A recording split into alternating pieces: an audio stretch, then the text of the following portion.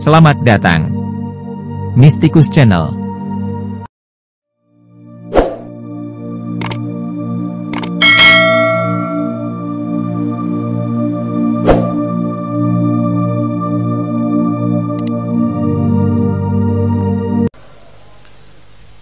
Alhamdulillahilladzi bil ajzi an idrakihi adrakal abdu rabbahu. Asyhadu an la ilaha illallah wa asyhadu anna Muhammadan abduhu wa rasuluh. Allahumma shalli wa sallim wa barik ala sayyidina Muhammad sayyidil wujud sayyidil qaunain.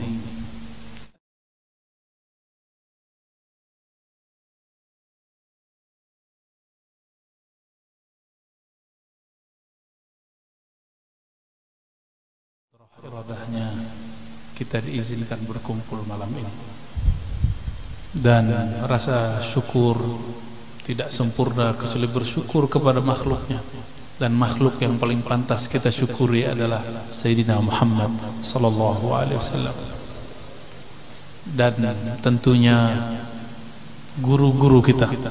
Maka mohon izin para tuan guru, bukan berarti saya lebih alim, bukan berarti saya lebih pintar, tapi karena kesempatan saja kita bersilaturahmi lewat membedah kitab. Mohon izin para guru, para habaib, para masyayikh untuk membuka kitab beliau. Tadi siang saya mengambil sanad ke guru Wildan lagi, dan sudah minta izin menggunakan sanad beliau dan guru-guru lain bersambung kepada Syekh Muhammad Arsyad Datuk Kalampaya.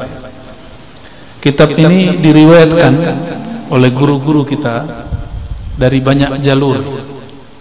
Ada jalur orang Banjar, ada jalur orang Banten, ada juga jalur orang Arab. Nah, kita pakai satu jalur dulu. Jalur yang saya ingat saja. Ya.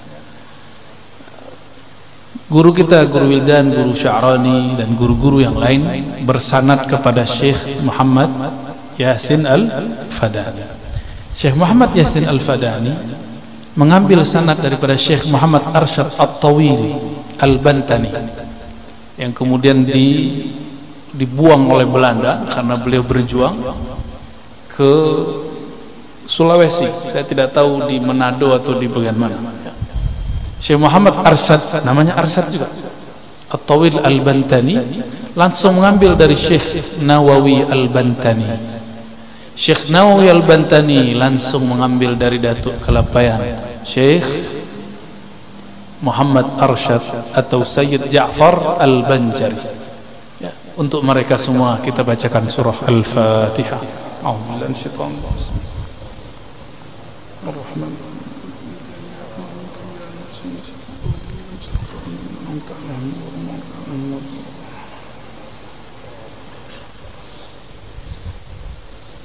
Kitab ini membuat saya terkenang mengambil thariqah samaniyah sedari dulu masih remaja. Guru kami namanya Abu Ya Hasan Basri As-Samani An-Naqsyabandi Al-Khalidi. Beliau mentalkinkan persis seperti yang tertulis di kitab ini. Jadi ini thariqah sebenarnya thariqah samaniyah yang mungkin tidak semua orang mendapatkan sanad talqinnya. Jadi ini tidak boleh diamalkan kalau tidak ditalkin. Nah, ini syarat ya. Syarat kepada orang yang ingin mengamalkan kitab ini mesti mendapatkan talqin dari gurunya, mursyidnya. Apa syarat mursyidnya? Kana wasilan mausulan ila Allah tabaraka wa taala. Dia juga telah wusul ke hadirat Allah Subhanahu wa taala.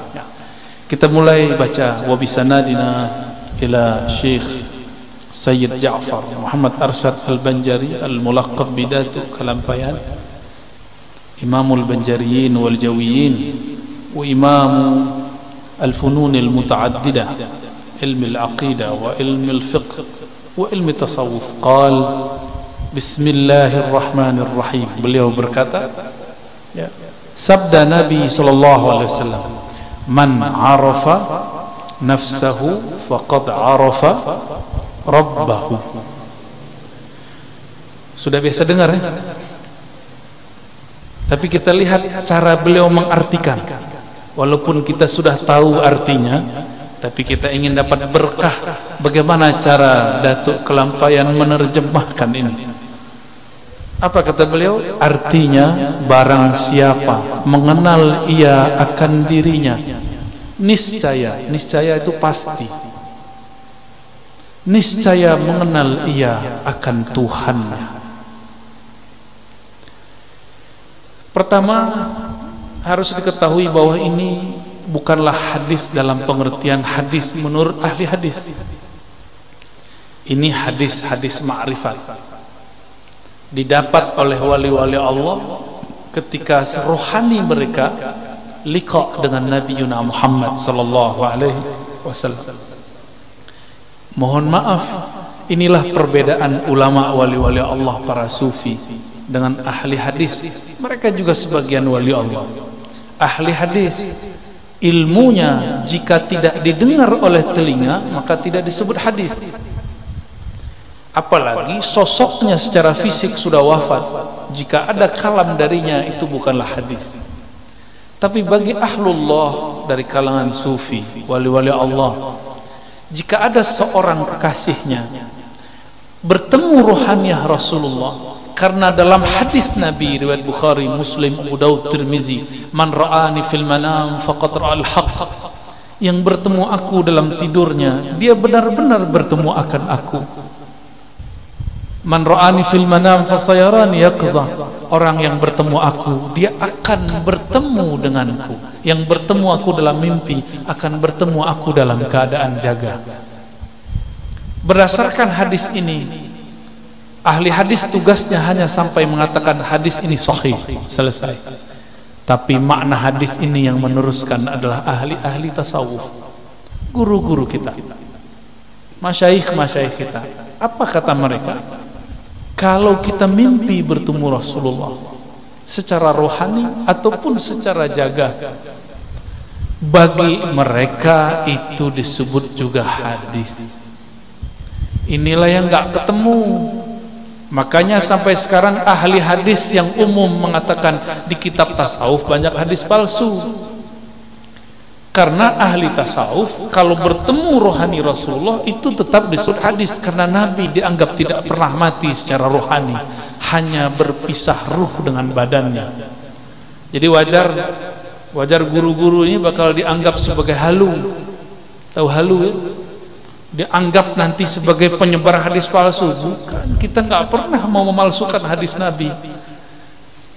Berani menolak mimpi bertemu Rasul sallallahu alaihi wasallam, berani. Saya dikritik seseorang, apa kata dia? Tidak boleh cerita mimpi Nabi di depan orang. Saya tanya balik, mana dalil yang melarang mimpi diceritakan kepada orang? Justru hadis Imam Bukhari, mimpi diceritakan kepada orang, tapi orangnya yang ahli, orangnya yang ahli, li'arifin, orang yang arif. Syekh Muhammad Arsyad Al-Banjari sepertinya yang mengikuti tradisi yang ini, bahwa jika ahli rohani bertemu dengan rohaniah Rasulullah, kalam-kalam Nabi tetap disebut sabda Rasulullah sallallahu alaihi wasallam. Inilah yang membuat kenapa ahli hadis, ahli tasawuf dulu seling bertengkar sampai sekarang. Untungnya guru-guru kita juga ahli hadis, juga ahli tasawuf. Itu untungnya. Ya, beberapa sanad Sahih Bukhari kita lewat jalur Syekh Muhammad Arsyad Al-Banjari. Ya. Baik. Bermula hakikat mengenal diri itu 3 perkara, kata beliau. Jadi cara mengenal diri itu ada 3. Yang pertama, mengenal asal kejadian diri. Nah, ini langsung diputus. Kalau kita biasanya asal kejadian diri dari tanah, gitu ya. Oleh Datuk Kelampayan langsung dipotong. Asal kejadian diri dari Nur Muhammad sallallahu alaihi wasallam. Nur itu makhluk. Cahaya itu kemudian dizahirkan Allah menjadi 4 anasir. Ada tanah, ada api, ada air, ada udara. Hatta jin dan iblis pun tercipta dari nurnya Nabi Muhammad sallallahu alaihi wasallam. Namun nur yang mananya? Nah, ini yang jadi rahasia. Di dalam kitab Daqaiqul Akhbar, dulu saya mengatakan ini kitab kumpulan hadis palsu. Ternyata di dalamnya ada beberapa asrar-asrar ma'rifat yang disembunyikan para ulama di dalam. Mulailah kita sadar, tidak boleh menghina apa saja. Orang pemaksiat pun kita tidak hina, apalagi kitab yang dikarang oleh para ulama. Ya. Di Daqaiqul Akhbar disebutkan di alam ruh, di saat seseorang memandang kepada Rasulullah, jika dia memandang kepada kepala Rasul, maka dia nanti di bumi akan jadi pemimpin. Jika dia memandang dadanya Rasul, dia nanti jadi apa? Mandang tangannya Rasul, nanti jadi apa? Sudah disebut. Maka semua pekerjaan kita ini itu hanya ulangan dari apa yang kita pandang dulu di alam ruh. Saya duduk di sini, guru-guru ada di sini, jamaah ada di depan. Semuanya menunjukkan apa yang dulu pernah kita lakukan di sana. Cuma mengulang. Bedanya dulu ruh itu tidak laki, tidak perempuan. Sekarang kita jadi laki, bukan perempuan. Ada yang perempuan, tidak laki-laki. Jadi bagaimana cara mengenal diri yang pertama? Kita harus mengembalikan bahwa diri ini berasal dari nur Nabi Muhammad sallallahu alaihi wasallam. Muncullah di situ kalam-kalam ilhami qudsi.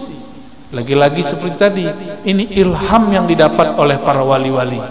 Mereka mendengar Rasulullah bersabda di alam rohani, al-alam minni wa ana minallah. Alam dariku, aku dari Allah. Maksudnya aku dari hembusannya nafas Allah subhanahu wa ta'ala. Ternyata di kitab Sirrul Asrar pun disebut, yang dinisbatkan kepada Syekh Abdul Qadir Al-Jailani, al-alam minni wa ana minallah, dan sejenisnya. Ada kalimat-kalimat sejenis ini.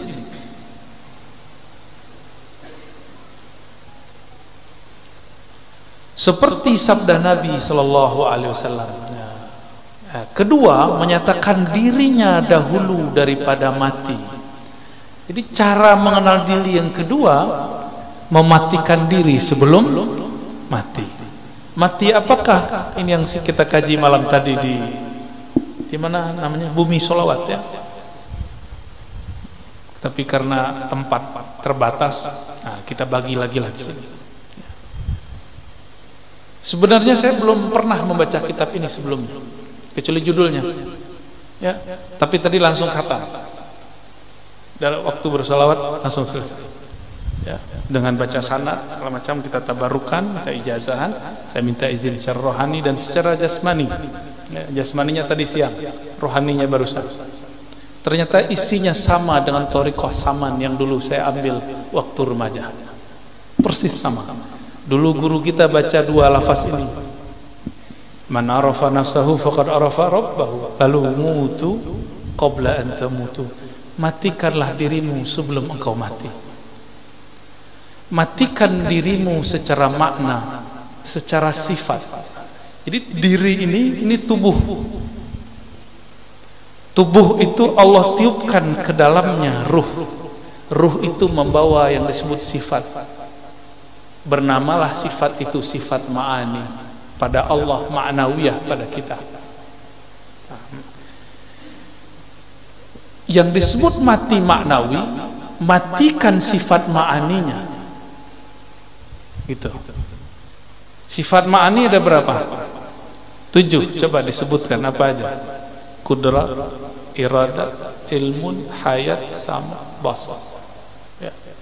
Ma'ani milik Allah, tidak mungkin dimatikan. Maka yang dimatikan hanyalah sifat maknawiyah. Kaunuhu sami'an, kaunuhu muridan. Saya punya sama pemberian Allah. Sekarang samanya cukup disimpan sebagai sifat, tapi tidak diaktifkan mendengar. Disebutlah mati makna sifatnya, mati maknawi. Itulah mati sebelum mati. Ini yang melihat mata atau bukan mata? Ini coba lihat. Saya yang datang ke mata bapak saudara, atau matanya yang datang ke saya? Atau bukan dua-duanya? Tapi ada cahaya. Kenapa ada orang coba mata dipejam? Ingat Monas, kelihatan? Berarti ada yang bisa melihat selain mata ini. Coba pejam mata, ingat orang yang dicinta. Sebentar aja Pak. Buka mata, masih kelihatan? Bisa. Jadi semua kita sebenarnya bisa masuk ke dimensi itu, cuma tidak mau melatihnya. Ya, kita bilang halu. Padahal kalau halu maka ilmu para aulia semuanya halu. Ini ada sok pemberantas halu, yang dia berantas ilmu wali, mana bisa ya, jadi wali dulu baru berhadapan sama wali Allah ya. Kecuali dia wali setan, kita nggak tahu kan. Wali dua aja Pak. Kalau nggak wali Allah, wali setan, wali rahman, wali syaitan, dua aja. Mungkin dia wali setan kali, masa ilmu wali mau dihabiskan. Kita ulangi. Jadi ruh itu punya sifat dia tidak mungkin dimatikan, tapi sangat mungkin sifat itu dinonaktifkan, diistirahatkan. Contoh sederhana, kalau kita rindu seseorang, kita pandang wajahnya di handphone, disapa oleh orang, jawab nggak terdengar, karena di saat itu sama kita tidak sami'an. Dia ada samanya tapi tidak sami'an. Nah, kita sering menyebutkan Allah itu sama, ma'nawiyahnya kaunuhu sami'an. Kaunuhunya dicoret dulu, itu yang disebut mati maknawi. Kaun, keadaan kita mendengar itu di-cut dulu, dihabiskan dulu, sehingga tidak lagi ia mendengar. Bukan berarti sifat samanya hilang, gitu ya. Kenapa kita tidak bisa mendengar yang jauh? Karena keberisikan di sini. Sama sifat mendengar yang ada pada ruh, dia tidak ada ruang, tiada waktu. Kenapa tidak bisa menembus? Karena terhalang oleh pendengaran ini. Nah, pendengaran ini, pandangan yang ini, lisan yang ini, kudrat iradat yang ini yang harus dilebur dulu. Itulah mutu, matikanlah maknawiyahmu sebelum engkau betul-betul mati secara tabi'i ataupun hissi. Itu maknanya ya, mutu qablaan tamutu. Ini boleh disebut dengan ruknut tariq, rukun tariqah nomor 2 itu. Coba kita lihat kalam beliau. Bermula setengah daripada mematikan diri itu seperti dikatakan dengan lidahnya dan diiktikadkan di dalam hati.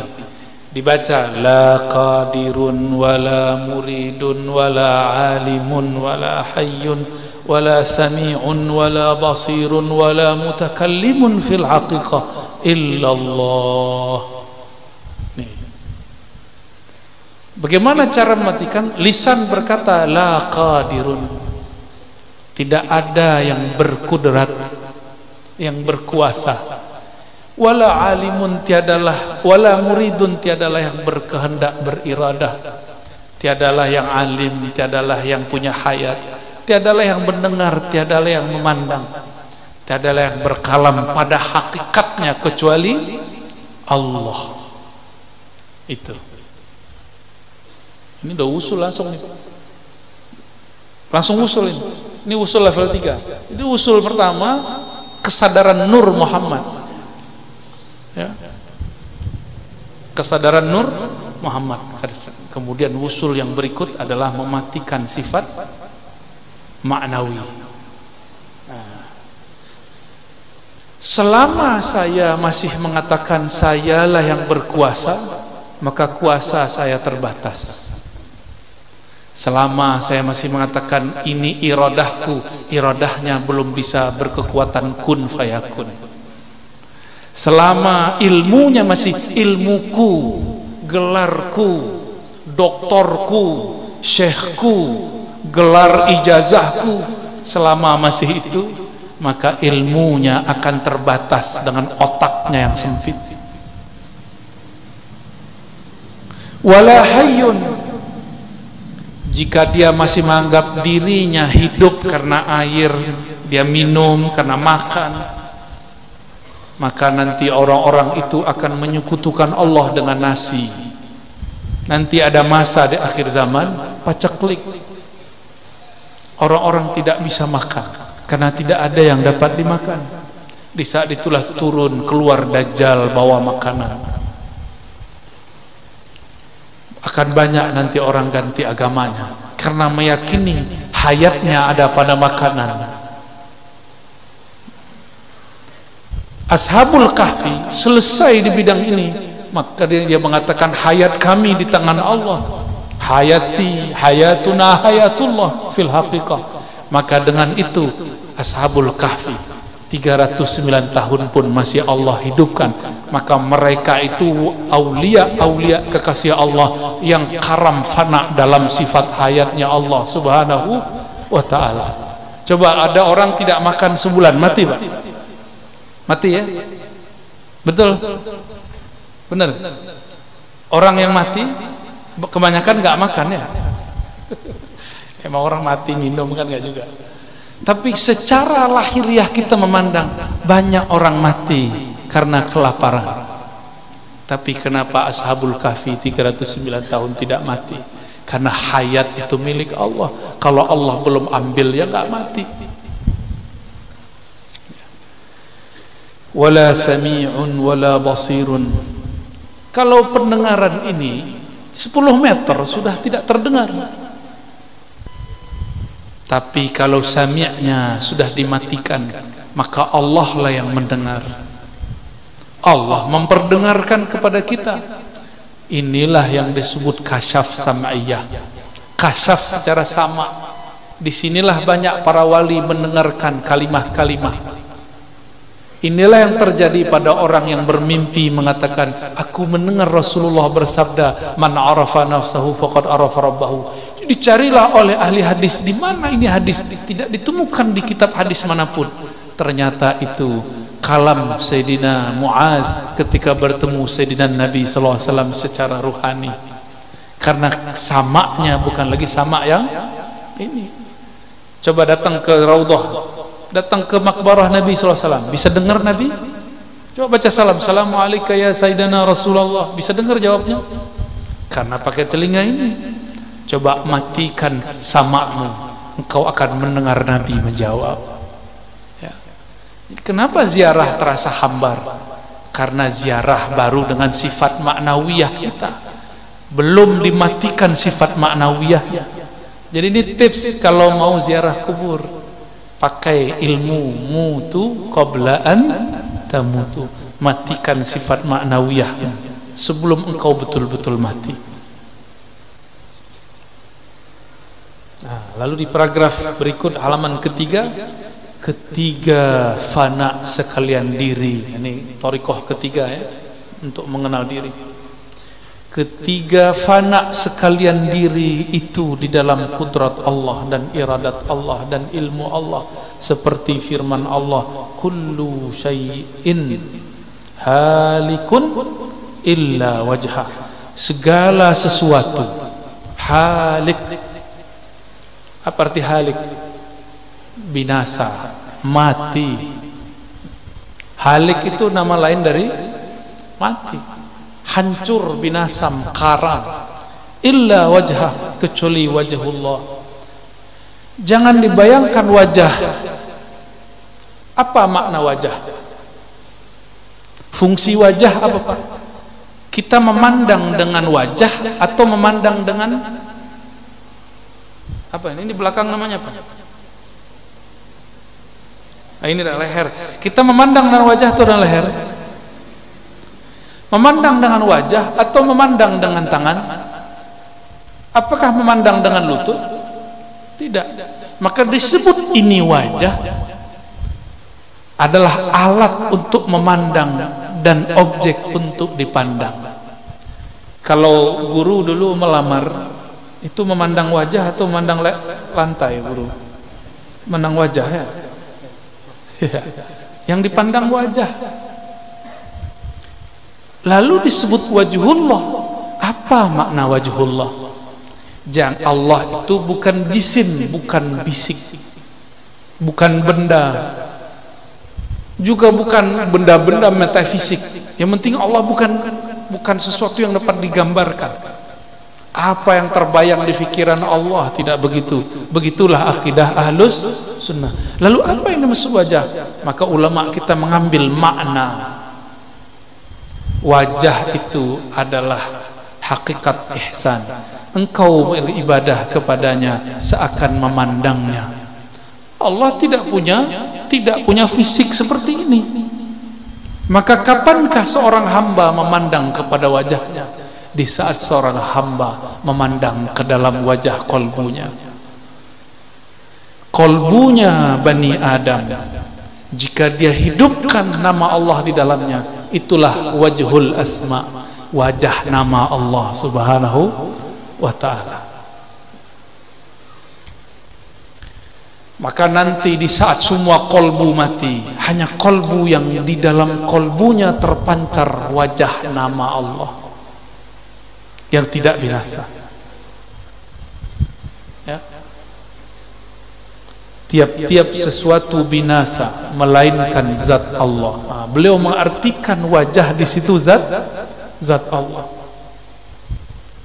Namun saya mengurai bahwa wajah di situ bisa diartikan nama, bisa diartikan fi'il af'al, bisa diartikan sifat, dapat diartikan zat. Adakah nama tanpa zat? Nama beliau ini ada karena memang ada zatnya. Kita sebut guru yang alim. Alim itu sifat. Karena ada gurunya, maka ada alimnya. Coba bayangkan alim tanpa ada orangnya. Bisa? Ini warnanya apa ini? Putih, hijau. Apa nih? Hijau, kita sebut hijau. Tembok hijau, kaligrafi hijau. Sekarang bayangkan hijau tapi tidak ada kaligrafinya. Bisa? Tak bisa. Baju saya putih. Coba pisahkan putih dari baju. Bisa? Tak bisa. Maka maksud Datuk Kelampaian mengartikan zatullah itu tercakup pada nama, sifat, af'al dan zatnya. Gitu ya. Dan lagi firman-Nya, innani anallahu la ilaha illa ana fa'budni wa aqimis salata li dzikri. Ini surat Thaha. Artinya bahwa sesungguhnya akulah Allah, tiada Tuhan, hanya aku, maka sembah olehmu akan daku, dan kerjakan olehmu akan sembahyang 5 waktu karena menyebutku. Ini terjemahan beliau. Lalu beliau mengatakan syahdan wajib kita mengikut amr Nabi sallallahu alaihi wasallam. Amrnya ini artinya perintah. Dan menjauhi segala larangannya supaya mudah-mudahan termasuk kandung Abdullah, yakni hamba Allah Ta'ala yang kamil pada kehambaannya. Setelah itu hendaklah kita kerjakan musyahadah keesaan zatnya dan muraqabah dan muhadarah. Nah, ada 3 di situ ya. Ini yang unik, ini yang berbeda daripada Datuk Kelampaian dengan beberapa ulama-ulama yang lain. Beliau menambahkan namanya muhadarah. Pertama musyahadah ya. Itu paling tinggi. Bawahnya turun muraqabah. turun lagi muhadarah. Di kitab-kitab yang lain cuma 2, musyahadah, muraqabah. Hanya beberapa kitab yang menyebutkan muhadarah, dan beliau menyebutkan muhadarah, yaitu menghadirkan hati kita kepada hadiratnya serta mengucap zikir la ilaha illallah. Ini karena belum mengikuti syarat beliau, saya tidak boleh talqin dulu. Tapi nak tahulah nanti ya. Nanti kalau halnya datang, siapa tahu nanti kita talqin. Pernah talqin sebelumnya? Bimbingan zikir la ilaha illallah dibimbing? Pernah? Pernah ya? Belum ya? Kebanyakan belum. Insya Allah kalau umur panjang nanti kita buka lagi kitab ini, nanti kita talqinkan. Tapi tempatnya sedikit agak sejuk, karena zikir la ilaha itu panas. Jika dizikirkan, namanya meledak di dalam kolbu, itu gerah rasanya. Terus tempatnya ini kan tertutup ya. Kalau orang tahlil la ilaha illallah bisa menggema kemana-mana. Nanti ke telinganya ada yang terganggu nanti. Jadi kita cari tempat yang kalau kita teriak-teriak nggak ada orang marah. Ya.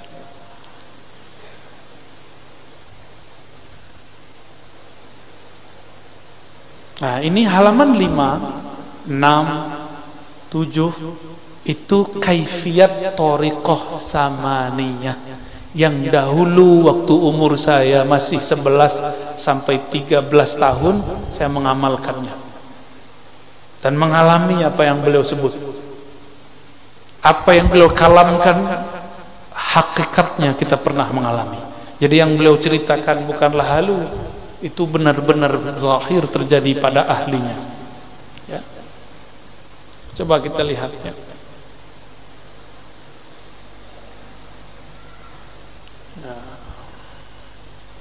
Di paragraf berikutnya ya, seyogyanya atas kita tatkala hendak mengerjakan zikir itu mandi dan bersuci. Tuh, syarat mau talqin 2 aja, mandi dan bersuci. Nah, di zaman now dirukhsah minimal bersuci, wudu. Tapi afdolnya mandi. Kenapa mandi? Mandi itu mandi tobat. Mandi membuang ilmu-ilmu lama. Mungkin di badan dulu ada ilmu kebal ya, ada ilmu pengasihan, ada ilmu khodam, ilmu jin, ilmu macam-macam. Dengan mandi dia menjadi netral. Apakah dia hilang? Belum tentu. Tapi minimal dia dibersihkan dulu. Itu tujuannya kenapa disebut mandi. Jadi mandinya tidak hanya mandi zahir, tapi juga mandi secara hakikat. Daripada litta. Nah, litta ini ternyata artinya hadas ya. Hadas. Apa? Bahasa sini. Ya, bahasa Melayu lama. Litta. Litta artinya udah nggak dipakai di Banjar ya? Ya, di Palembang kayaknya juga udah nggak dipakai, di Padang juga nggak dipakai. Tapi kami kalau ada orang kena hujan terus becek, nah itu disebut dengan istilah yang mirip dengan litta itu. Saya lupa. Hah? Laca.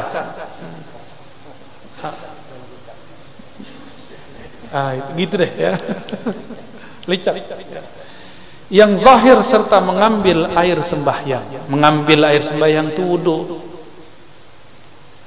Sekarang orang-orang sudah gak mau lagi pakai bahasa sembahyang, katanya syirik.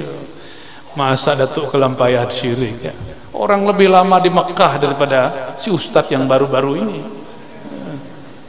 Beliau tidak mempermasalahkan kata sholat, kata wudu dikaitkan dengan lafaz sembahyang.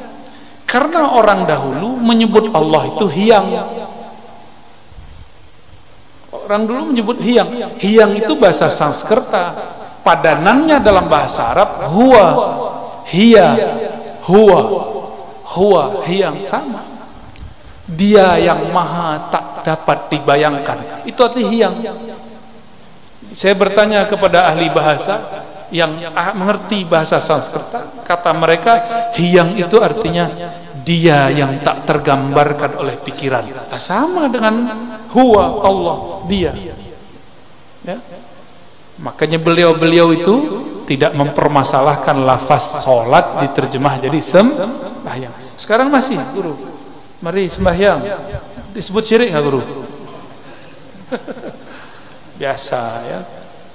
Bedakan islamisasi dengan arabisasi.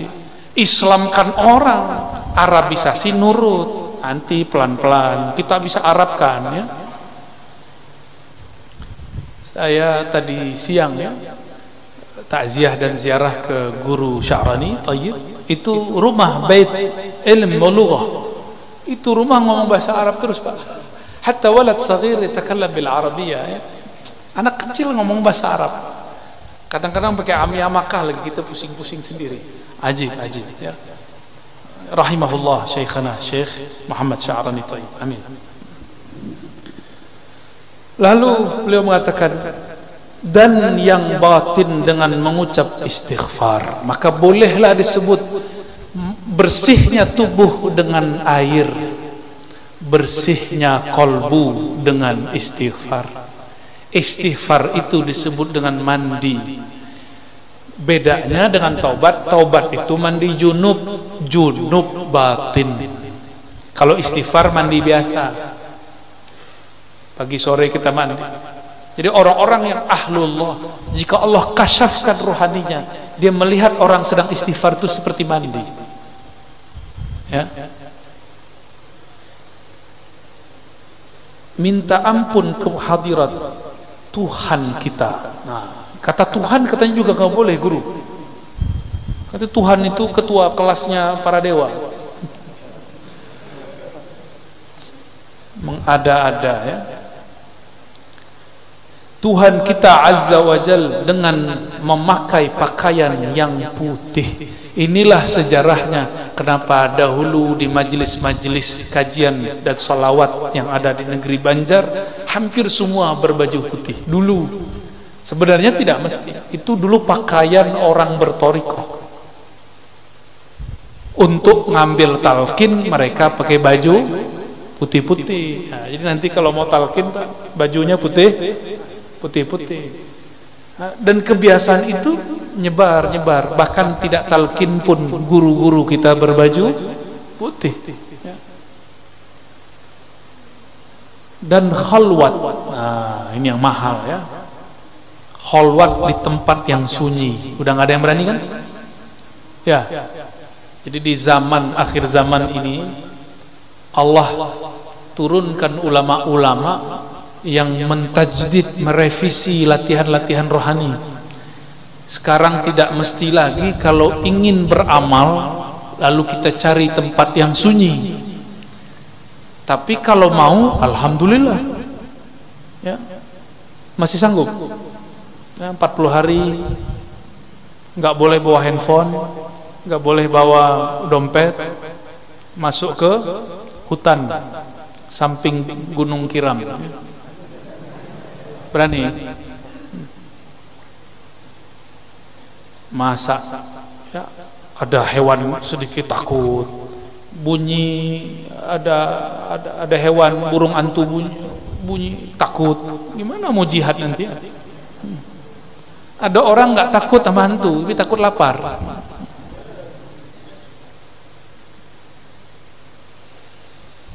Maka sembahyang 2 rakaat. 2 rakaat 1 salam, mohonkan taufik dan hidayah. Apa arti taufik? Taufik itu dari kata waffaqa yuwaffiqu taufiqan, kesesuaian jalan dengan kudrat iradat Allah Subhanahu wa taala, itu disebut taufik. Hidayah, petunjuk kepada hadiratnya, lalu duduk bersila. Duduk bersila seperti apa, Pak? Itu, ya. Tapi kalau guru-guru tua duduk bersila kakinya naik 1. Nah, itu dulu duduk bersila orang lama. Tapi orang-orang sekarang duduk begitu langsung ada semut katanya di lututnya, kesemutan. Itu tuduhan kepada semut itu. Semut kalau punya lawyer dia akan protes. Punya pengacara nanti kita dituntut, Pak. Duduk bersila dengan sopan dan merendahkan diri kepadanya. Jadi selalu orang, mohon maaf ini guru-guru pasti di antara kita di dalam kolbunya ada ilmu. Syarat mendapatkan rahasia la ilaha illallah, tidak boleh terbersit sedikit saja merasa alim. Tidak boleh. Nasab nggak boleh berasa nasabnya hebat. Oh saya dosen, saya guru, sayanya harus hilang. Ini yang disebutkan. Merendahkan diri kepadanya, menghadap kiblat muslimin. Jadi merendahkan diri, habiskan ego-ego tadi. Ya. Ini contoh nih, ada kita buat majelis. Tidak semua orang datang itu untuk mendengar. Ada cuma mau tes. Kita tes dulu ilmunya si ustadz itu, ya. Si guru itu sejauh mana ma'rifatnya. Kalau ngetes orang ma'rifat ya nggak perlu hadir lah, jarak jauh juga boleh, enggak? Orang begini, di saat semua orang menikmati zikrullah, dia tidak akan menikmati. Di saat semua orang hanyut dalam bayan, dia hanyut dalam mencari kesalahan. Nanti ceramah ini akan dipotong orang untuk dicari kesalahannya. Ya, semoga dia tidak ketemu, ya. Dengan menghadap kiblatul muslimin. Jadi menghadap kemana? Kiblat. Karena sayyidul majalis al-qiblah. Sayyidul majalis al-qiblah. Sayyidnya majlis kiblat. Tapi sayyidul muridin al-muallim, al-syekh, al-mursyid. Sayyidnya para murid adalah guru, muallim, mursyid. Makanya guru mursyid tidak mesti menghadap kiblat, tapi murid yang menghadap kepada guru, karena guru adalah kiblatnya ilmu. Gitu. Ya. Ini gimana caranya? Bapak hadap ke kiblat, saya menghadap kiblat. Siapa yang mau belajar? Ya. Maka dihantarkan kedua tapak tangan kepada lutut. Nah, duduk begini, persis seperti ini dulu. Lalu mengucap la ilaha illallah serta mengingatkan maknanya di dalam hati dan iktikad yang putus. Wah. Iktikad yang putus itu bahasa Arabnya i'tiqadun jazimun. Bukan qati'un, ya. Itu salah terjemah itu. I'tiqadun jazimun, iktikad yang putus, ma'rifat yang sampai, paham yang mantap. Itu yang disebut i'tiqad yang putus, ya. Kalau dulu di tanah Melayu, di Minangkabau, di Palembang ada istilah begitu, ilmunya udah putus. Ada nggak di Banjar begitu? Ada istilah begitu? Ilmunya sudah putus. Nah, itu maksudnya sudah wusul.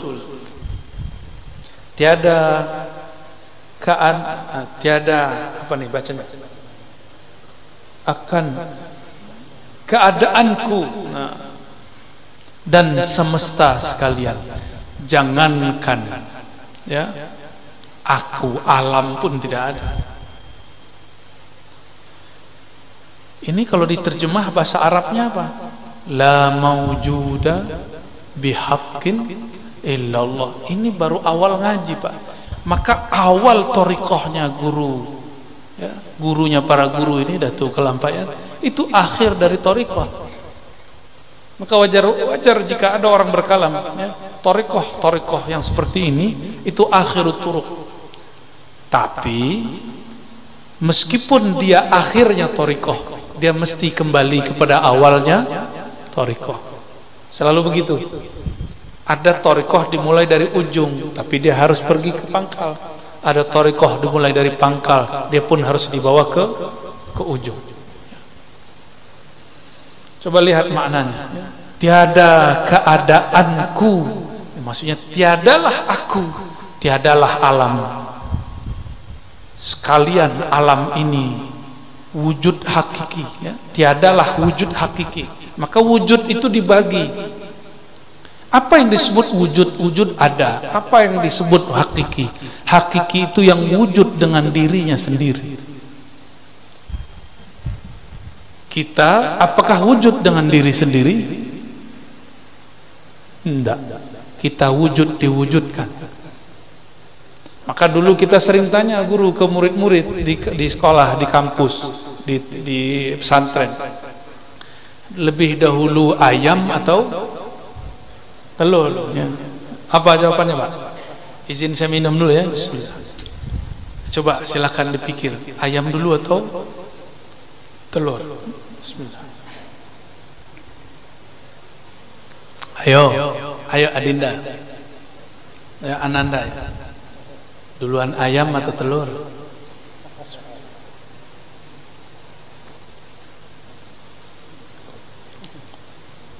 Apa? Ayam. Ayam ngomong, aku dari telur. Kata telur, aku keluar dari buntutnya ayam. Kata ayam, aku dari telur. Telur, aku dari ayam. Ini namanya daur, berputar. Berputar disebut dengan debat kusir. Itu istilahnya, mutar di situ. Ya, seperti kebanyakan orang debat-debat itu. Mutar-mutar di situ. Maka mesti ada yang bukan ayam, bukan telur. Ayo, siapa? Ayo. Yang bukan ayam, bukan. Nah, kita sekolah dulu belajar ada Darwin. Nah, Darwin itu terjebak di falsafah telur, putar-putar dia di situ. Ya, maka dia mengatakan manusia berevolusi, ya, tidak dicipta, cuma berevolusi. Ah, itu filsafatnya panjang, itu nanti kita cerita. Jadi gimana? Ayam dari telur, telur dari ayam? Ternyata salah. Ternyata ada yang bukan ayam, bukan telur. Itulah pencipta ayam dan telur. Maka wujudnya ayam, wujudnya telur disebut mumkinul wujud. Bisa jadi ayam, bisa jadi telur. Mungkin lebih dahulu ayam, mungkin lebih dahulu telur. Karena saya tidak hadir waktu ayam dan telur dicipta, saya tidak tahu mana yang dahulu. Nah, disebut mungkin. Yang pasti si ayam tidak pernah berkata, aku menciptakan diriku, aku ada dengan sendirinya. Tidak pernah. Telur juga berkalam demikian. Maka mereka ada karena diadakan. Saya juga begitu. Kata saya dari ayah saya. Ayah saya ngomong dari ayahnya terus, nggak selesai. Namanya musalsal. Musalsal, nggak ada ujungnya. Rantai kan nggak ada ujungnya. Musalsal itu besar, daur jika dibesarkan jadi musalsal. Berantai dari tar juga balik. Maka wujud ini diwujudkan. Maka wujud kita ini tidaklah wujud hakiki, karena dia tidak wujud dengan sendirinya. Yang wujud dengan sendirinya hanyalah Allah semata. Inilah makna la maujuda bihaqqin illallah. Ulama kita tidak membolehkan ini dilafazkan dalam zikir, hanya boleh jadi makna. Inilah maksud guru, ya, Datuk Kelampayan, cukup dimaknakan di dalam hati, jangan dilafazkan dengan lidah. Inilah ajaran Imam Ghazali tertulis dalam kitab Ihya Ulumuddin jilid keempat, bab at-tauhid wa tawakkul. Ada di kitab. Jadi ini sudah kesimpulan, ya. Maka kalimah Allah dengan memejamkan kedua mata. Nah, jadi zikir itu jangan lagi tahlil matanya jelalatan. La ilaha illallah, la ilaha illallah, la ilaha illallah, la ilaha illallah, la ilaha illallah, la ilaha illallah. Apa sih berhasil lihat handphone, lihat status. lagi zikir la ilaha illallah nih, status. Nah, untuk mematikan hissi, mematikan maknawi, supaya mutu qabla an tamutu, supaya terasa kesadaran hakiki, salah satu caranya pejamkan mata. Jadi ulama kita dulu kalau zikir menjamkan mata, itu bukan lagi tidur, walaupun bunyinya mendengkur.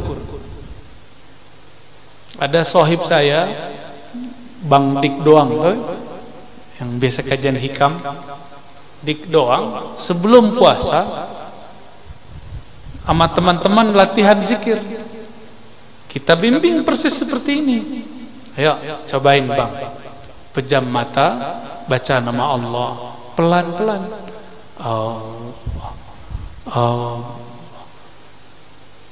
Tiba-tiba dia asik. Waktu sudah habis setengah jam, kawan-kawan sudah keluar ruangan, dia masih asik. Kata kawan-kawan melapor kepada saya, Buya, itu Bang Dik ngorok, nggak zikir. Saya bilang, dia lagi zikir. Enggak, saya dengar dia ngorok. Enggak, tenang aja. Bener, setelah setengah jam dia sadar. Dia datang kepada saya. Ternyata ketika di jalan dia berdebat sama kawan kita tadi. Kamu tidur ya tadi? Kata si Bang Dik, enggak, saya zikir Allah Allah. Kata si kawan, demi Allah kamu mendengkur, kamu ngorok. Kata, wallahi demi Allah. Marahlah itu si Bang Dik itu. Ya. Ya, orangnya masih hidup, tanya sendiri ya. Ya, kalau nggak percaya itu saya sendiri. Jadi kita kalau sudah zikir kolbu, mata tertidur, hati tidaklah tidur. Siapa yang pernah seperti itu? Rasulullah SAW. Apa kata beliau? Mataku tertidur, wala tanamu qalbi, tapi kolbuku tidak tidur. Ini mesti terjadi pada orang pewaris Rasulullah, meskipun sekali dalam hidup. Biar sah dia sebagai pewaris Rasulullah. Tanda-tandanya dia matanya tidur, kolbunya tidak tidur. Latihannya zikir la ilaha illallah dan Allah Allah. Itu latihannya. Ya. Nah, maka di sini disebutkan dengan memejamkan kedua mata serta mengiktikadkan rasa makna kalimat tauhid itu masuk ke dalam hati. Hanya Allah jua wujud hakiki. Dengan sehabis-habis iktikad, itu maksudnya iktikad yang putus, dan perasaan mengesahkan dia, apa bacanya guru? Kadar 2-3 kali. Maksudnya begini, ketika membaca la ilaha illallah, dibacalah itu lalu dimaknai berkali-kali, 2 kali, 3 kali, diulang-ulang maknanya. Nanti rasa akan muncul, ya, rasa akan muncul. Demikian, tinggalkanlah kalimat nafi dan isbat, hanya Allah Allah jua. Tuh kan?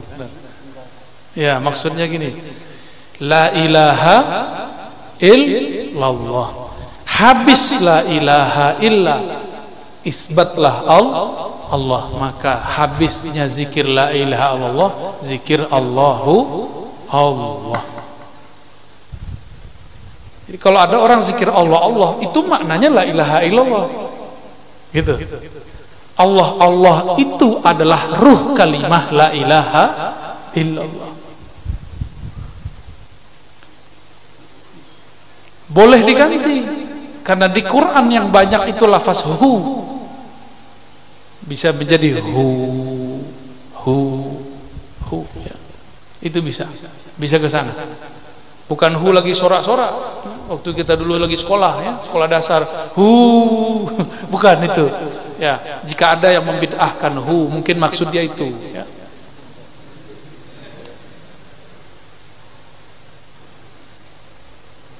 Gimana? Udah jam berapa ini?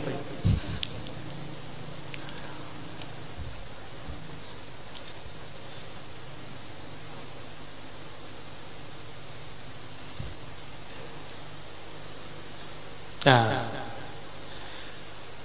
mesrakan pada hati dan biasakan senantiasa di dalam jaga. Dibelajar pelan-pelan pejam mata, lalu coba zikirnya dibuka mata. Kolbunya masih nyebut nama Allah atau tidak? Gitu maksudnya. Sehingga ketika jaga sudah biasa berzikir, akan terbawa tidur. Di dalam jaga dan tidur, dan di dalam duduk dan berdiri dan berkata-kata hingga nafas turun naik, itu pun di dalam mengucap kalimat tauhid jua, la ilaha illallah, la ilaha naik, illallah turun, atau nafas Allah, Allah naik, Allah turun, nafasnya Allah.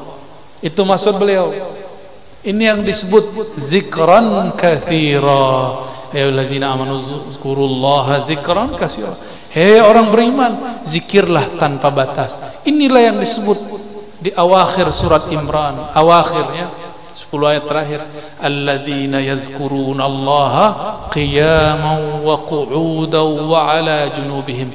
Dan sejauh pengamatan kami, ayat ini tidak mungkin diamalkan kecuali bertorikoh. Hanya orang bertarekat sufi lah yang dapat berzikir dalam keadaan berdiri, duduk dan berbaring. Kalau kebanyakan kita lagi zikir, zikirnya dia jaga, berdiri kah atau duduk. Tapi bagaimana caranya zikir sedari tidur? Zikir sadari tidur itulah yang terjadi pada sahabat kita barusan. Dia mendengkur, ngorok, tapi kolbunya hidup menyebut nama Allah Subhanahu wa taala.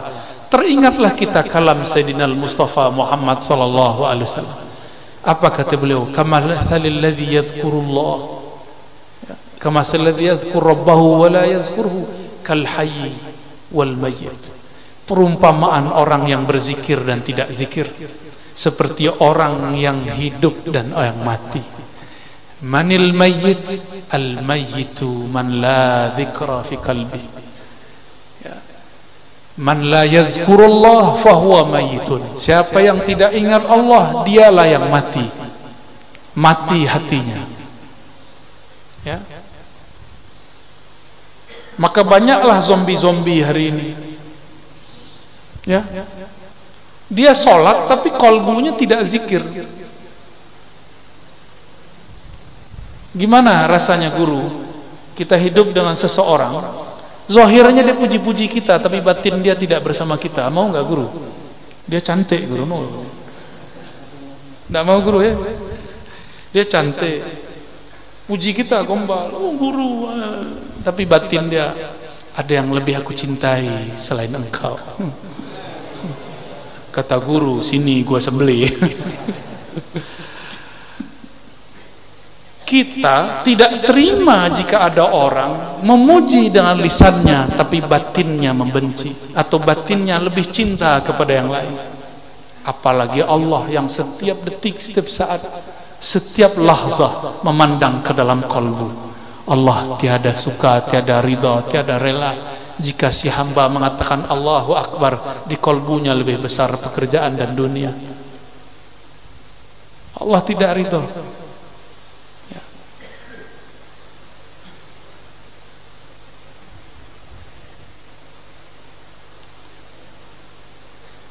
Maka tatkala bahwa pada kesudahan kalimah tauhid itu hendaklah dilanjutkan sekira-kira hasil rasa gaiblah diri. Apa beliau?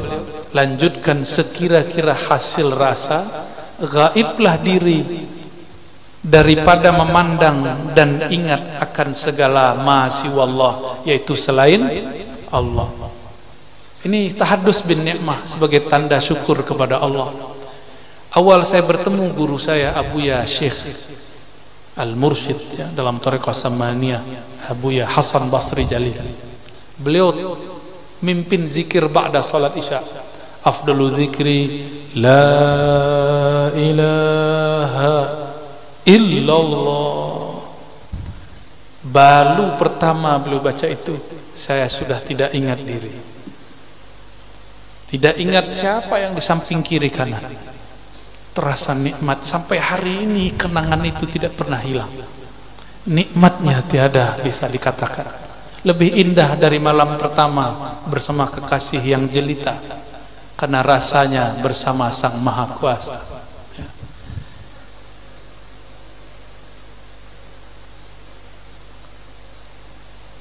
Semata-mata di dalam keesaan zat Allah Ta'ala wajibul wujud, supaya mudah-mudahan datang jazbatullah. Jazbatullah itulah thariqahnya samaniyah. Thariqah samaniyah adalah thariqah jazbah. Apa arti jazbah? Tarikan cinta Allah. Apa yang kemudian membuat orang-orang tarekat samaniyah terjaga? Kok masih kelihatan berakal sehat? Sedangkan ada wali jazab, wali majzub dituduh orang gila. Ya. Saya akan berkali-kali menyampaikan, wali Allah itu biasanya yang kita kenal wali Allah sufi. Tapi wali Allah itu ada yang bukan sufi. Dia wali jazbah, wali majzub. Dan di Indonesia ini lumbungnya. Di Banjar dulu katanya ada guru Tabarani, benar? Ya, itu jazbah. Itu mereka tidak pandang zahir orang, dia pandang batinnya orang, karena dia jazbah. Benar, kisah beliau itu ada yang semasa dengan beliau. Guru ada yang semasa, guru pernah bertemu gurunya. Itu jazbah. Orang jazbah itu al-wali al-mungharik fi mahabbatillahi tabaraka wa ta'ala, wali yang karam dalam cinta kepada Allah. Itu wali majzub. Kita sudah, saya menyampaikan itu, saya pun dituduh gila sama orang. Alhamdulillah. Di kitab ada satu lagi, wali malamatiyah. Apa ciri-ciri wali malamatiyah? Semakin dia tinggi makom kewaliannya, semakin dihujat oleh orang. Dituduh penyihir lah, dituduh nasabnya tidak benar lah, dituduh halu lah, dituduh anti syariat lah, dituduh macam-macam. Kalau tidak ada tuduhan, bukan malamatiyah. Jadi selama masih ada yang mencaci maki, bahkan mungkin di antara antum ini ada yang mencaci makinya, berarti sahihlah ungkapan wali malamatiyah. Maka saya tidak marah kalau saya menyebut wali malamatiyah masih ada, tapi itu tidak banyak. Kita sebutkan dulu, ada namanya Qudayb Alban. Qudayb Alban guru dari Syekh Abdul Qadir Al-Jailani, murid dari Syekh Abdul Qadir, guru dari Salahuddin Al-Ayyubi. Beliau menzahirkan tidak pakai syariat di depan orang, tapi beliau tidak anti syariat. Itu bedakan. Kalau ada orang mabuk, kita kafirkan atau kita sebut dia pemaksiat? Ada orang kita ke masjid tapi dia tidak sholat, kita kafirkan atau kita katakan dia fasik? Qudayb Alban uji seorang qadhi, imam di tempatnya. Dia si qadhi masuk masjid, dia tidak sholat, dia di depan masjid. Sehingga si qadhi mulai dari takbir sampai assalamualaikumnya dia bayangkan, itu kenapa orang dibilang wali tapi nggak sholat sama kita? Wali apaan dia itu? Itu terjadi, Pak, akan terjadi terus. Maka tanda kebenaran ada wali malamatiyah, ulama-ulama fuqaha akan mengkafirkannya, akan memurtadkannya. Karena saya membuka ini, kita tunjuk kalau ada loh, kita pun dituduh murtad. Alhamdulillah ya, dari dulu sudah begitu, Pak, sudah sunnatullah. Saya dapat kabar dari Guru Wildan, ternyata dulu Abah Guru sekumpul mau difatwakan juga sesat oleh ulama sebanjar. Tinggallah tanda tangan tauqi dari Guru Anang Sya'rani. Ternyata beliau setelah tidak tahu dapat isyarat atau musyawarah, beliau tidak mau tanda tangan. Berhentilah usaha orang yang hasud. Jadi dulu yang anti ke ulama juga ulama, Yang anti dengan torikot, orang torikot juga nanti. Yang anti kitab ini, orang bisa baca kitab juga. Orang yang ngaku nanti pewaris ilmu Syekh Datuk Kalampayan juga. Siap-siap guru, dituduh sesat. Akan begitu. Ya, akan begitu. Saya disebutlah berguru kepada wali majzub, wali gila. Mereka buatlah video, ada orang gila lari, Wali Ar-Razi. Saya suka berguru ke siapa aja, Pak. Jangankan ke ulama, ke orang main biliar saja saya berguru, Pak. Mereka bayangannya ulama itu mesti pakai kayak beliau nih, ya, pakai sarung, kayak saya maksudnya, pakai begini, pakai kopiah, pakai serban. Itu bayangan orang awam. Sayangnya dia menyandang pakaian ulama, tapi pikirannya masih awam. Yang terbayang sama dia wali itu di tengah hutan. Ya. Akhirnya banyaklah wali-wali baru disadari setelah dia mati. Ini pesan dari Abah Lutfi Al-Habib Lutfi, ya, pimpinan Jatman, imamnya Jatman, Sayyidul Mursyidin, sayyidnya para mursyid, Sayyidul Habaib. Apa kata beliau? Kita ini maddah al-kubur. Kita ini pemuji orang yang sudah mati. Udah mati baru diyakini kewaliannya. Sudah mati baru percaya dia wali Allah. Waktu hidup dihujat-hujat, waktu hidup dibilang gila. Jangan dikira Datuk Kalampayan dulu masa hidupnya aman-aman aja.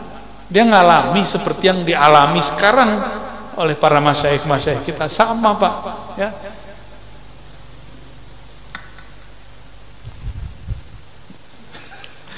Dikit lagi lah ya, dikit lagi. Karena yang paling inti nanti di halaman nomor 9, ya. Ada, kalau nomor 10, halaman 10 dan 11 itu torikoh lanjutan, ya, namanya zikir khofi, ya, zikir tajalli. Kalau yang ini muqaddimah ke tajallinya. Malah sudah masuk ini halaman 8 sudah masuk ke tajalli, ya. Coba kita lihat. Supaya mudah-mudahan datang jazbahnya Allah. Apa arti jazbah tadi? Tarikan cinta Allah. Itulah sebabnya kenapa orang jazbah senang berteriak lagi zikir Allah, gitu. Itu jazbah.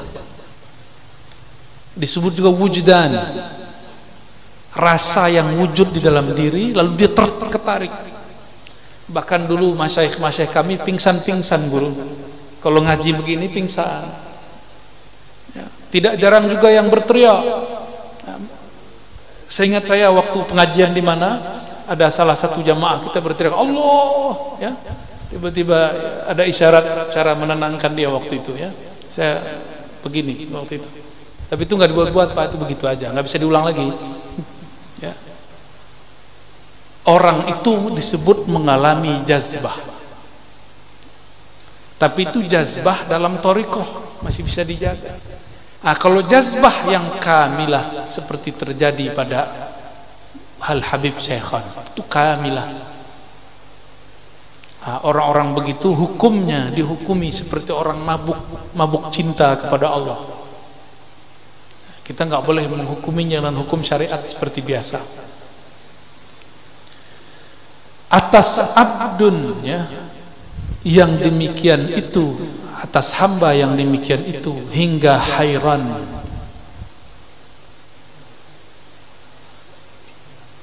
Ya, setelahnya bacanya apa, guru? Lemah lah, ya. Hairan itu bahasa Arab, hairan itu bahasa Arab. Hairan itu salah satu ahwal yang terjadi pada sufi. Imam Ibn Arabi awal nulis kitab Al-Futuhat Al-Makkiyah memulainya dengan bab hairan. Bab hairan itu seperti ini. Kita kalau sholat, jika tidak diizinkan Allah, dapatkah, mampukah kita sholat? Enggak, ya. Makanya ketika ada hayya 'alas shalah, jawabannya berarti tidak sanggup aku ruku dan sujud kecuali dengan izin Allah. Oke? Saya sujud, saya ruku, kita sholat, kita ibadah, semuanya dengan haul dan quwwah. Quwwah siapa? Allah. Berarti yang menyembah siapa? Siapa yang menyembah? Saya ruku karena Allah kasih quwwah dan haul. Saya sujud, saya baca takbir karena Allah mengizinkan membantu. Allahumma a'inni ala dzikrika, ya Allah bantu aku menyebut namamu. Ketika seorang hamba mengatakan Allahu Akbar, Allah sedang membantu lisan dan kolbunya membaca takbir. Maka siapakah saat itu yang menyembah? Jika dikatakan hamba menyembah dengan kekuatan dia, kekuatan Allah. Jika dikatakan Allah yang menyembah, apalagi? Masa Allah menyembah? Kan Allah tidak terhukumi syariat. Allah itu syari', bukan mukallaf. Ini namanya hayran. Ini kalau tidak dibimbing mursyid jadi majzub, jadi mabuk. Maka jangan heran jika ada orang belajar thariqah kemudian terlihat seperti hayran, setengah-setengah gila. Dia bukan gila, dia sedang mabuk bersama Allah Subhanahu wa ta'ala. Jadi kalau ada melihat orang gila, Pak, husnuzon aja ya. Husnuzon aja. Dan lemahlah ia dengan musyahadahnya, serta lalai dan fana daripada segala masiwallah. Ya.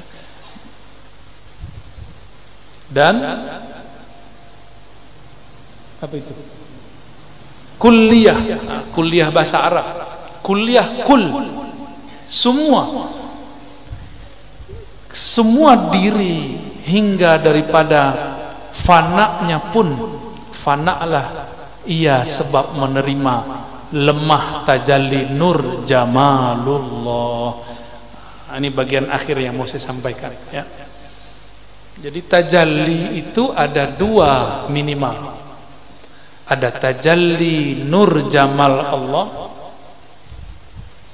Kalau orang dapat nur jamal Allah, maka dia dapat mahabbahnya Allah. Ada tajalli kedua, nur jalalullah. Jamalullah turun kepada ulama wali, sedangkan jalalullah turun kepada umara. Atas dasar itulah ulama dan umara tidak boleh bertengkar, harus saling melangkul dan saling menguatkan, saling menasihati, saling mengingatkan. Gimana? Sepakat tak? Ini Pak rahasianya. Nur jamalullah turun ke siapa? Ulama. Makanya ulama itu jamal, lembut. Sedangkan jalal turun kepada umara. Dia ulama juga umara, tergabung dalam dirinya jalal dan jamalnya Allah Subhanahu wa ta'ala. Jamal ini penciriannya rahmah, kasih sayang kepada makhluk. Dia tegas dalam sayangnya. Kalau yang karam dalam jalalullah, dia sayang dalam kerasnya.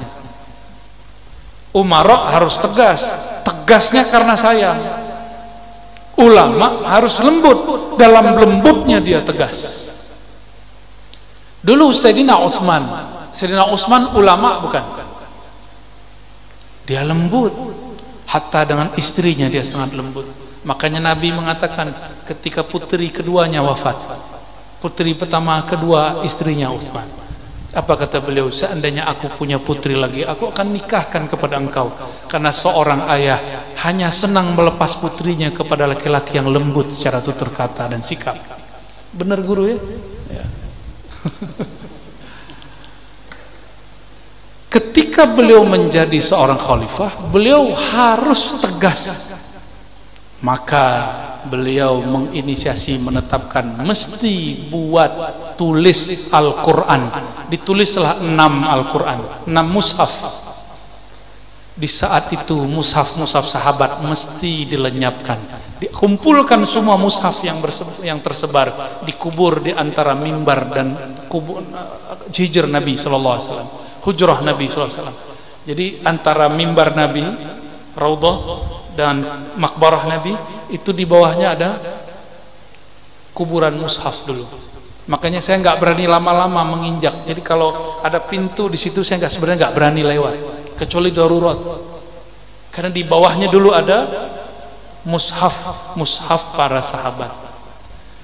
Utsman saat itu didemo oleh orang-orang Mesir. Dibuat isu Utsman telah menghina, Utsman telah menghancurkan agama, Utsman semuanya. Lalu beliau kemudian menegaskan, tidak, saya tidak bermaksud seperti yang kalian maksud. Berkah ketegasan Sayyidina Utsman, kita merasakan kasih sayangnya. Hari ini kita bisa baca Qur'annya lewat mushaf. Dan setelah ini pun saya insya Allah akan dibawa melihat Qur'an mushaf yang dulu ditulis oleh Datuk Kelampayan. Insya Allah ya. Sampai di situ dululah ya. Tolong ditandai halaman 8. Insya Allah nanti kalau kita beruntung, kalau Allah takdirkan ada talqinnya. Tapi syaratnya satu, nanti sebelum masuk masjid di rumahnya mandi dulu ya, atau minimal bersuci dengan sesuci-sucinya, barulah sah boleh ditalqin. Nah, talqinnya nanti ada 2, ada zikir keras, ada zikir lembut. Yang dikatalkinkan nanti mungkin dua-duanya, atau wallahu a'lam bissawab. Semoga Allah ridhoi majlis ini. Semoga siapapun yang mendengarkan, baik jauh ataupun dekat, yang di hadapan, di kiri kanan ataupun di alam lain, di alam maya ya, semoga Allah rahmatinya, kalbunya, Allah sinari ruhnya, Allah berikan cinta kepadanya, Allah berikan husnuzan kepada makhluk-makhluknya, Allah berikan husnul khatimah di akhir hayatnya. Allahumma rahmanir rahim ya karim ya azim, salli ala Sayyidina Muhammad. Ya Allah, sampaikan salam kami, rindu kami, cinta kami kepada ruhaniyah Rasulullah sallallahu alaihi wasallam. Assalatu wassalamu alaika ya abati ya abaruhi ya Rasulullah. Salam atas engkau wahai ayahanda ruh kami, salam atas engkau wahai ayahanda ruhani kami. Allahumma salli ala Sayyidina Muhammadin al-Fatih lima ughliq wal khatim lima sabaq nasiril haqqi bil haqqi wal hadi ila siratikal mustaqim wa la alihi haqqa qadrihi wa miqdaril azim. Allahumma ya Ghaffar ya Ghafur ighfir lana dhunubana. Ya Allah yang Maha Pengampun, yang Maha mengetahui semua aib kami, semua dosa-dosa kami, semua khilaf kami, semua masa lalu kami, semua kegelapan dalam hidup kami. Engkau ya Allah Maha tahu, Engkau Maha mengerti ya Allah. Kemanapun kami bersembunyi, kemanapun kami lari, Engkau pasti mengetahui aib-aib kami. Maka ya Allah, dengan rahmat-Mu, fasturna bisitrikal jamil, maka tutupilah aib kami di hadapan-Mu, sehingga Engkau tidak memandangnya lagi. Begitu juga makhlukmu tidak memandangnya lagi. Wa zayyinna bi jamalika wa jalalik. Lalu ya Allah, sinarilah kami, hiasilah kami, penuhilah kalbu kami dengan cahaya kasih sayang keindahan-Mu ya Allah. Allahumma ya Allah, kalbu ini sering lalai mengingat Engkau. Ya Allah, kalbu ini sering sombong dengan ilmu yang sedikit, dengan pengetahuan yang belum seberapa. Ya Allah, diri ini sering merasa suci meskipun ibadah belum tahu diterima. Ampunkan kami malam ini ya Allah. Ampunkan setiap nafas yang naik dan keluar. Ampunkan setiap gerak maju mundur. Ampunkan setiap yang kami lakukan. Ampunkan pandangan yang memandang kepada yang haram. Ampunkan telinga yang mendengarkan gunjingan aib orang. Ampunkan tangan dan kaki yang memegang melangkah kepada yang haram. Ampunkan kehormatan kemaluan kami yang tidak kami tempatkan kepada apa yang Engkau hendak ridhai. ampunkan kolbu kami, ampunkan ruhani kami, ampunkan ya Allah yang maha pengampun. Rabbana atina fid dunya hasanah wa fil akhirati hasanah wa qina adzabannar. Wa sallallahu ala nabiyyina Muhammad walhamdulillahi rabbil alamin. Al-Fatihah.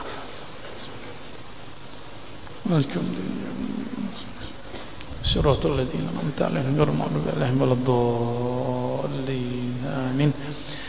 Subhanakallahumma wa bihamdika asyhadu an la ilaha illa anta astaghfiruka wa atubu ilaik bihaqqil Fatihah. Assalamualaikum warahmatullahi wabarakatuh. Jika Anda menyukai Mystikus Channel silahkan like, komen, share, subscribe, dan nyalakan tanda lonceng untuk mengikuti update terbaru. Terima kasih.